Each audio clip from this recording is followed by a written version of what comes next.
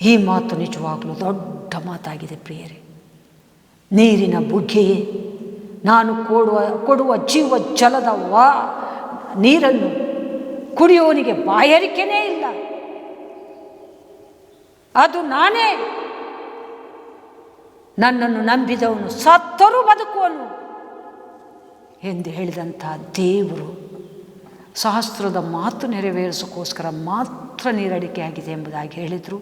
ಹಾಗೆ ಅವರು ಕಹಿ ಬೆರೆಸಿದ ಹುಳಿರಸವನ್ನು ಕೊಡುವಾಗ ಬಾಯಿ ಕೊಟ್ಟರು. ಶಾಸ್ತ್ರದ ಮಾತು ನೆರವೇರಿತು, ಅದು ನೀರಾಗಿರಲಿಲ್ಲ. ದುಷ್ಟರ ಕಠಿಣತ್ವದ, ವ್ಯಂಗ್ಯದ ಅಥವಾ ಭಯ ಇಲ್ಲದ ವರ್ತನೆಯಾಗಿತ್ತು. ಇವತ್ತು ಭಯ ಇಲ್ಲದೆ ವರ್ತನೆ ಮಾಡುವುದಾದರೆ ಒಬ್ಬರು ಮಾಡಿದ್ರಂಥ ನಾವುಗಳು ಅಥವಾ ಸತ್ಯ ನೀತಿ ನ್ಯಾಯದಲ್ಲಿರುವವರು ನಮಗೆ ಯಾಕೆ ಅವರ ಗೊಡವೆ ಎಂಬುದಾಗಿ ಕಠಿಣತ್ವವನ್ನು ತೋರ್ಪಡಿಸುವುದಾದರೆ ನಮ್ಮ ಕಷ್ಟದಲ್ಲೂ ನಮಗೆ ದೇವರ ದಯೆ ಸಿಗಲ್ಲ, ಕಠಿಣತ್ವನೇ ಮುಂದೆ ಬರುತ್ತೆ. ನಮ್ಮ ಕಷ್ಟದಲ್ಲಿ, ನಮ್ಮ ಇಕ್ಕಟ್ಟಿನಲ್ಲಿ, ನಮ್ಮ ಸಂದಿಗ್ಧ ಪರಿಸ್ಥಿತಿಯಲ್ಲಿ ನಮಗೆ ದೇವರ ದಯೆ ಕೃಪೆ ಒದಗಬೇಕಂದ್ರೆ ನಾವು ಯಾವತ್ತೂ ಕಠಿಣತ್ವದಲ್ಲಿ ಸಾಗಬಾರ್ದು. ನೋಯಿಸೋರಿಗೂ ಕಠಿಣತೆ ತೋರಿಸದೆ ನಮ್ಮನ್ನು ನಾವು ತಗ್ಗಿಸಿಕೊಂಡು ಅವರ ಮುಂದೆ ನಮಗಾದರೂ ಈ ಮಹಾಕೃಪೆ ಸಿಕ್ಕಿತ್ತು. ಅವರಂತೆ ನಮ್ಮನ್ನು ದೇವರು ಬಿಡಲಿಲ್ಲ. ಅವರು ಕೂಗಾಡುವ ರೀತಿಯಲ್ಲಿ, ಅವರು ಶಪಿಸುವ ರೀತಿಯಲ್ಲಿ, ಅವರು ಅಬ್ಬರಿಸುವ ರೀತಿಯಲ್ಲಿ, ಅವರು ಗರ್ವ ಪಡುವ ರೀತಿಯಲ್ಲಿ ದೇವರು ನಮ್ಮನ್ನು ಬಿಟ್ಟಿಲ್ಲ. ನಮಗೆ ಸಹನೆ, ತಾಳ್ಮೆ ಕೊಟ್ಟಿದ್ದಾರೆ. ಅವರನ್ನು ಪ್ರೀತಿಸುವ, ಪ್ರಾರ್ಥಿಸುವ ಶಕ್ತಿ ಕೊಟ್ಟಿದ್ದಾರೆ. ಅವರಿಗೆ ಸಿಕ್ಕಿಲ್ಲ. ನಾವು ಪುಣ್ಯಾತ್ಮರು, ಧನ್ಯರು. ಅವರನ್ನು ನಮ್ಮೆಡೆಗೆ ಸೇರಿಸಬೇಕಿಲ್ಲ. ನಾವು ಅವರಿಗೋಸ್ಕರ ಪ್ರಾರ್ಥಿಸಬೇಕು, ಪ್ರತಿದಿನ ದೇವರಿಗೆ ಒಪ್ಪಿಸಬೇಕೆನ್ನುವಂಥ ದಾಹ ನಮಗೆ ಕೊಟ್ಟಿದ್ದಾರೆ. ಅಂದರೆ ಅದು ನಮ್ಮ ಗಿಫ್ಟು. ಅವರನ್ನು ಆ ಗಿಫ್ಟಿಗೆ ನಡೆಸೋದಕ್ಕೋಸ್ಕರ ನಾವು ಪ್ರಾರ್ಥಿಸಬೇಕು. ಪ್ರತಿದಿನ ಅದನ್ನು ನಾವು ಸ್ಮರಿಸಬೇಕು ಪ್ರಿಯರೇ. ಇವತ್ತು ದೇವರ ಸಮ್ಮುಖದಲ್ಲಿದ್ದೇವೆ, ದೇವರ ವಾಕ್ಯ ಕೇಳುತ್ತಿದ್ದೇವೆ, ದೇವರಿಗೋಸ್ಕರ ಜೀವಿಸ್ತಿದ್ದೇವೆ. ಅನೇಕರ ಭಾರ ಹೊತ್ತುಕೊಂಡು ನಾಶವಾಗುತ್ತಿರೋ ಆತ್ಮಗಳನ್ನು ದೇವರಿಗೆ ಒಪ್ಪಿಸಬೇಕೆಂಬುದಾಗಿ ಸಾಗುತ್ತಿದ್ದೇವೆ ಅಂದರೆ ದೇವರು ನಮಗೆ ಕೊಟ್ಟಿರುವ ಅಮೂಲ್ಯ ಭಾಗ್ಯ, ಗಿಫ್ಟ್. ಇದು ನಮ್ಮಿಂದ ದೂರವಾಗದಾಗೆ ಇದು ಫಲ ಕೊಡುತ್ತಾ, ಹೆಚ್ಚಾಗುತ್ತಾ, ದೇವರಿಗೆ ಮಹಿಮೆ ತರುತ್ತಾ ಇರಬೇಕು. ಸ್ವಾಮಿ, ಅಂಥ ಕಠಿಣ ಸಂದರ್ಭದಲ್ಲೂ ದೇವರು ಧರ್ಮಶಾಸ್ತ್ರ ಮಾಡಿದಂಥ ಯಾವುದೇ ವಾಗ್ದಾನವನ್ನು ಮರೆಯಲಿಲ್ಲ. ತನ್ನ ತಾಯಿ ದೇವರೇ ನೋಡ್ಕೊಳ್ತಾರೆ ಎಂಬುದಾಗಿ ತಾಯಿಯನ್ನು ಹಂಗೇ ಕೈ ಬಿಟ್ಟಿಲ್ಲ. ದೇವರ ವಾಕ್ಯ ತಂದೆ ತಾಯಿಗಳು ಸನ್ಮಾನಿಸು, ಆ ವಾಕ್ಯದ ಪ್ರಕಾರ ಅಲ್ಲಿಯೂ ನಡೆಸಿದರು. ನಂದೊಂದು ಜ್ಞಾಪಕ ಬರ್ತಿದೆ. ನಾನು ದೇವರ ಹತ್ರ ಯಾವತ್ತೂ ಬೇಡ್ತಾ ಇದ್ದೆ, ನನ್ನ ತಾಯಿ ಅಂತ್ಯಗಳಿಗೆಯಲ್ಲಿ ತಾಯಿ ಜೊತೆ ಇದ್ದು ಪ್ರಾರ್ಥಿಸಬೇಕು ಅಂತ. ಅದನ್ನು ದೇವರು ನೆರವೇರಿಸಿದ್ರು. 15 ದಿವಸ ಮುಂಚಿತವಾಗಿ ಹೋಗಿ 15 ದಿವಸಗಳ ಕಾಲ ತಾಯಿ ಹತ್ರ ಇದ್ದು ತಾಯಿಯನ್ನು ದೇವರಿಗೆ ನನ್ನ ಕೈಯಲ್ಲೇ ಒಪ್ಪಿಸುವಂಥ ಮಹಾಭಾಗ್ಯ ಸಿಕ್ಕಿತ್ತು. ಇದನ್ನು ಗಮನಿಸುವಾಗ ಅದರ ಮೊದಲೇ ತಂದೆ ತಾಯಿಗಳನ್ನು ಸನ್ಮಾನಿಸಿ ಎಂಬುದಾಗಿ ವಾಕ್ಯ ನನಗೆ ನೀವಿಯರಿಗೆ ಎಚ್ಚರಿಕೆ ಮಾತಾಗಿ ಸಿಕ್ಕಿತು. ಯಾಕೆ ನಾನು ತಾಯಿಯನ್ನು ಪ್ರೀತಿಸ್ತಿದ್ದೇನೆ, ಎಲ್ಲ ವಿಧದಲ್ಲೂ ತಾಯಿಯನ್ನು ಪ್ರತಿ ಸಲನೂ ಹೇಗಿದ್ದಾರೆ ಹೇಗೆ ಕೇಳ್ತಾ ಇದ್ದೇನೆ. ಅದಕ್ಕೆ ಎಲ್ಲ ರೀತಿಯಲ್ಲೂ ವ್ಯವಸ್ಥೆ ಮಾಡಿದ್ದೇವೆ. ಯಾಕೆ ಈ ವಾಕ್ಯ ಸಿಕ್ಕಿತ್ತು ಎಂಬುದಾಗಿ ಭಾಳ ಬೇಜಾರಾಯಿತು.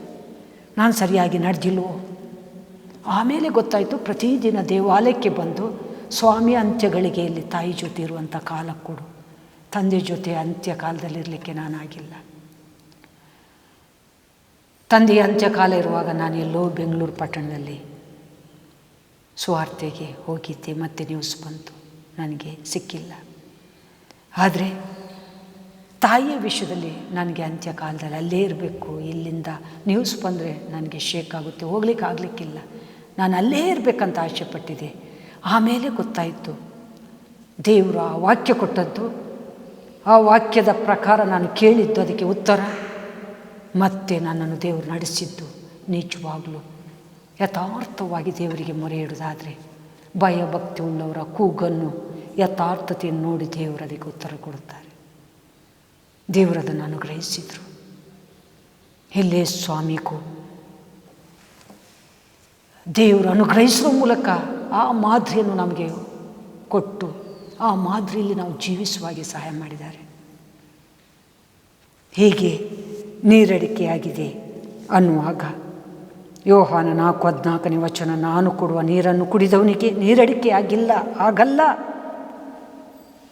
ಉಪವಾಸ ಮಾಡಿ ಸೋತು ಹೋದ ಯೇಸುವಿನ ದೈಹಿಕ ದೇಹಕ್ಕೆ ಒಂದು ಕಡೆ ದಾಹ ಆದರೆ ಇನ್ನೊಂದು ಕಡೆ ಶಾಸ್ತ್ರದ ಮಾತು ನೆರವೇರಿಸೋದಕ್ಕೋಸ್ಕರ ದಾಹ ಇತ್ತು.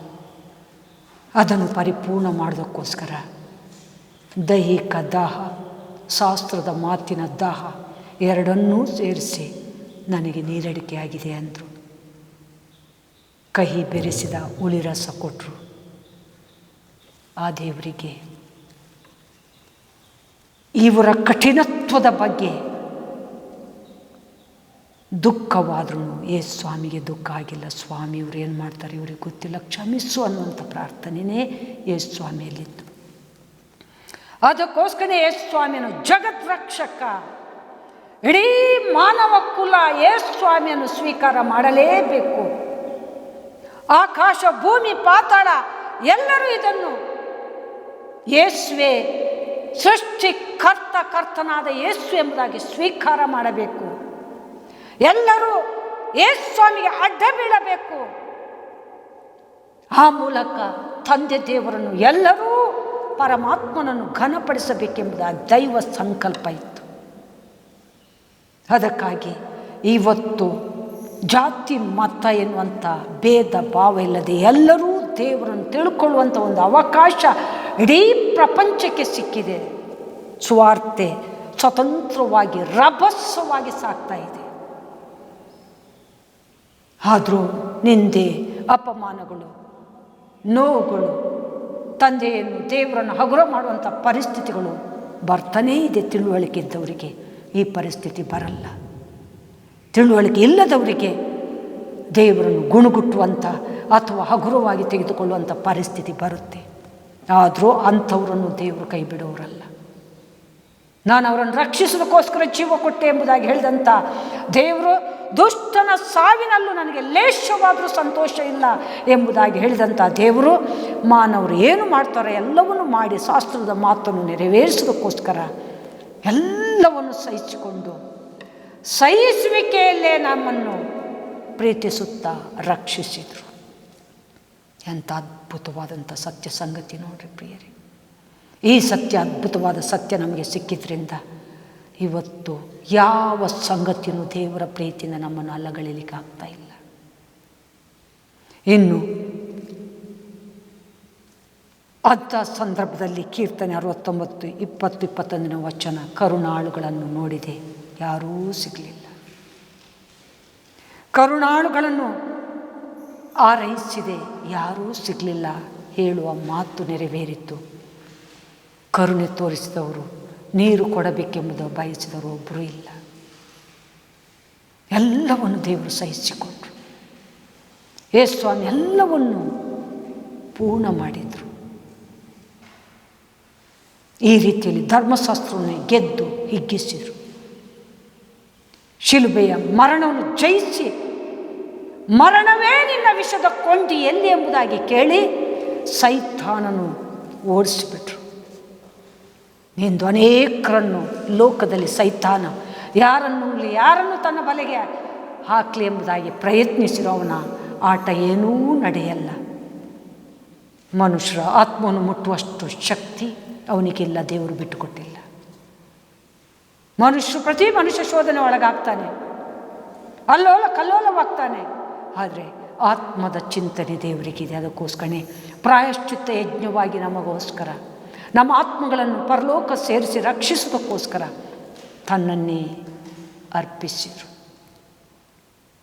ಇನ್ನು 6ನೇ ಮಾತು, ತೀರಿತ್ತು. ಏನು ತೀರಿತ್ತು? ಯೋಹಾನ 19, 29, 30 ವಚನ. ಯೋಹಾನ 19, 29, 30 ವಚನದಲ್ಲಿ ತೀರಿತ್ತು. ಏನು ತೀರಿತ್ತು? ಸೇವೆಯ ಶ್ರಮೆ ತೀರಿತ್ತು. ಶಿಲುಬೆಯ ತ್ಯಾಗ ತೀರಿತ್ತು. ಮಾನವರ ಮೇಲೆ ನಾನು ಏನೇನು ಮಾಡಬೇಕೆಂದು ಯೋಚಿಸಿದೆನೋ ಅವೆಲ್ಲವನ್ನು ತೀರಿಸಿದೆ. ನನಗೆ ತಂದೆ ದೇವರು ಕೊಟ್ಟಂಥ ಕೆಲಸವನ್ನು ನಿಷ್ಠೆಯಿಂದ ಮಾಡಿ ಭೂಲೋಕದಲ್ಲೇ ತಂದೆ ದೇವರನ್ನು ಮಹಿಮೆ ಪಡಿಸಿದೆ. ಯೋಹಾನ 17:4-5 ತಂದೆಯೇ, ನೀನು ಭೂಲೋಕದಲ್ಲಿ ನನಗೆ ಕೊಟ್ಟಂಥ ಕೆಲಸವನ್ನು ನಿಷ್ಠೆಯಿಂದ ಮಾಡಿ ಭೂಲೋಕದಲ್ಲೇ ನಿನ್ನನ್ನು ಮಹಿಮೆ ಪಡಿಸಿದೆ. ಹಾಗೆ ನಾವು ಯೇಸು ಸ್ವಾಮಿ ಹೇಳಿದಂಥ ಮಾತು ಹಾಗೆ ನಾವು ಹೇಳಬೇಕಾಗಿದೆ.